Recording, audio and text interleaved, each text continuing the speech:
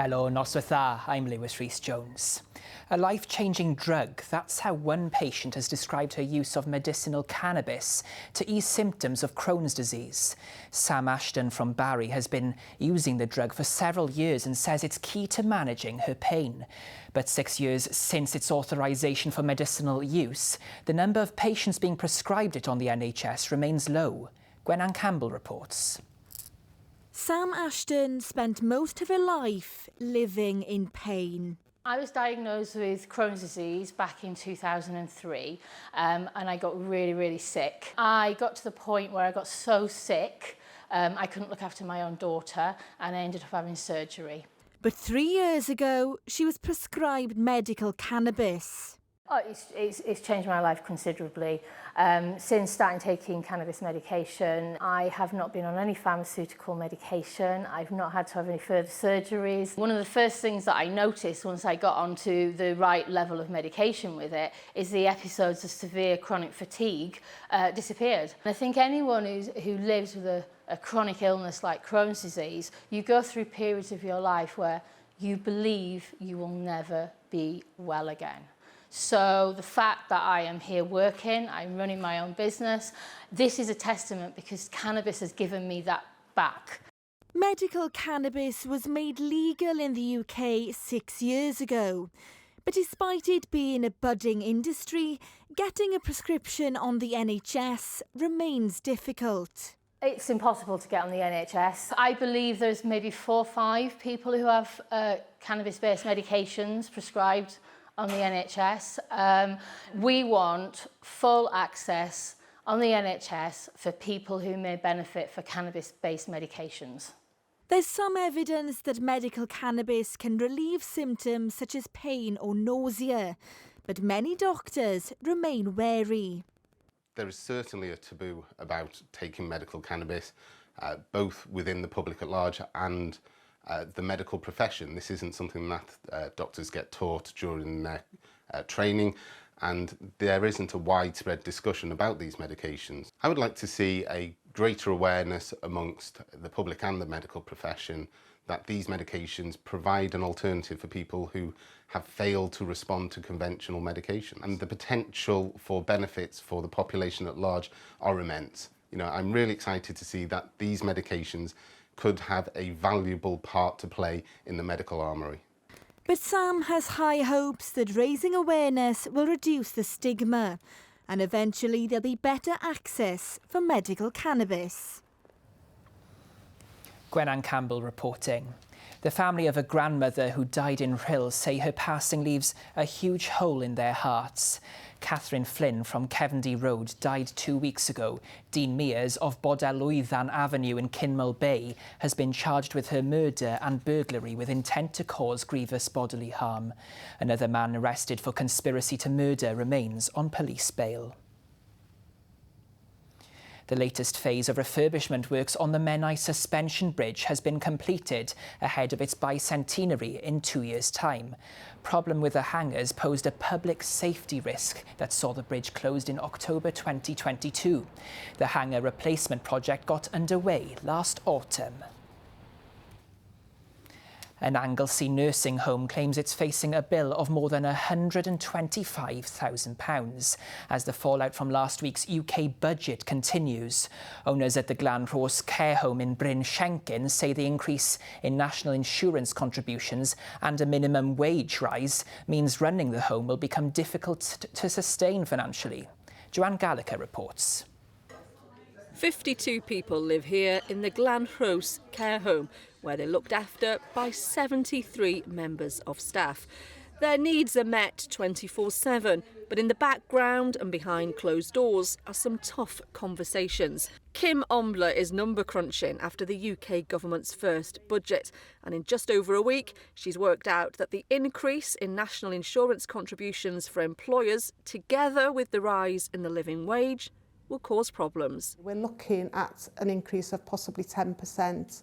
So estimating, we are looking at possibly £127,500 a year. I don't sleep a lot at night because everything's going through your mind. You're thinking, what can we do different? What do we need to do? And when you employ so many people, you just feel that you're responsible. Do you think we could see care homes in Wales close because of the increase in the national insurance contributions, because of the wage bill going up? I think it will affect smaller care homes more than the larger care homes. It will mean that there will be an increase in our fees, most probably. But I think for smaller homes, this could be the chance that a lot of small care homes will close. From next spring, the rate that employers pay in national insurance contributions will rise from 13.8% to 15% on a worker's earnings above £175. Wages will go up too. Don't workers deserve more in their pocket? If we were given more money by Labour, by Welsh Government, we would definitely pass it on to the staff. Labour say businesses are being asked to shoulder the burden to help fund public services, and the Treasury awarded £600 million in grant funding for social care.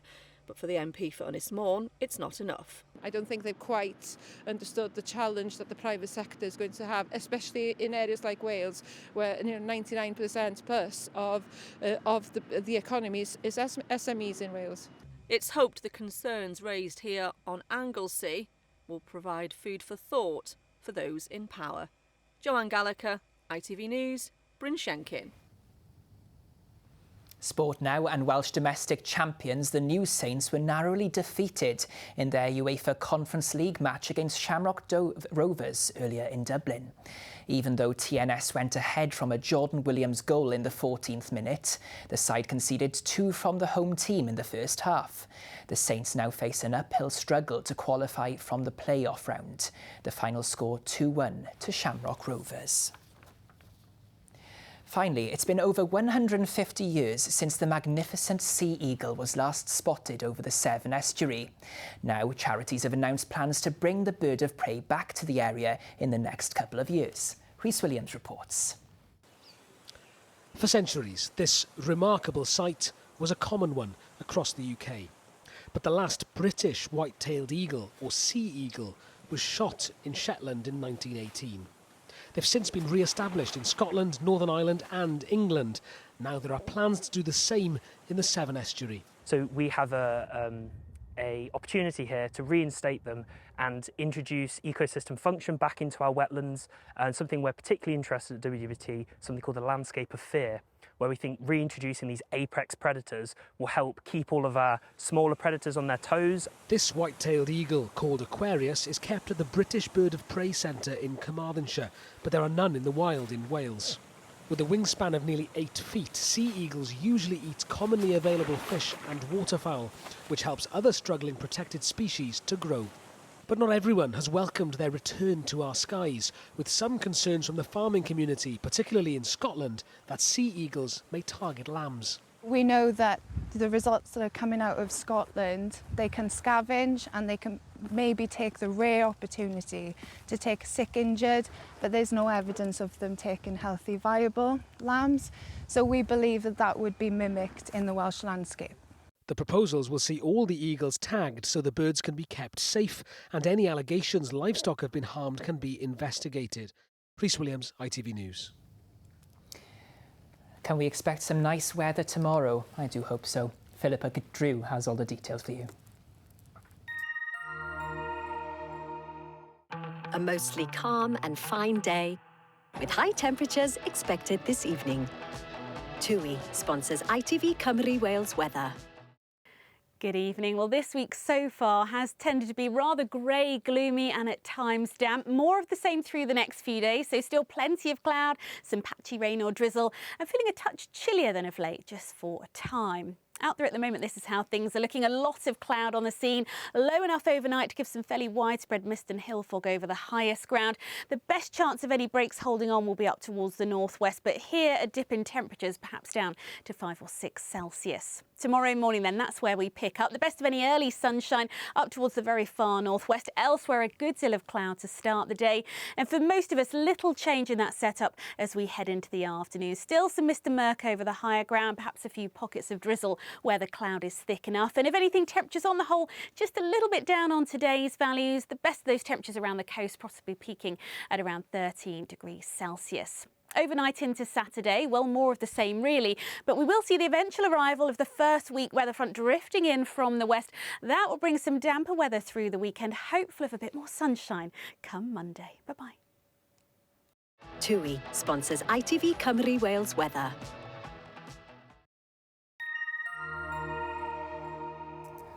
And that's how Wales looks tonight. Steve Francis has your headlines bright and early in GMB tomorrow from 6 a.m.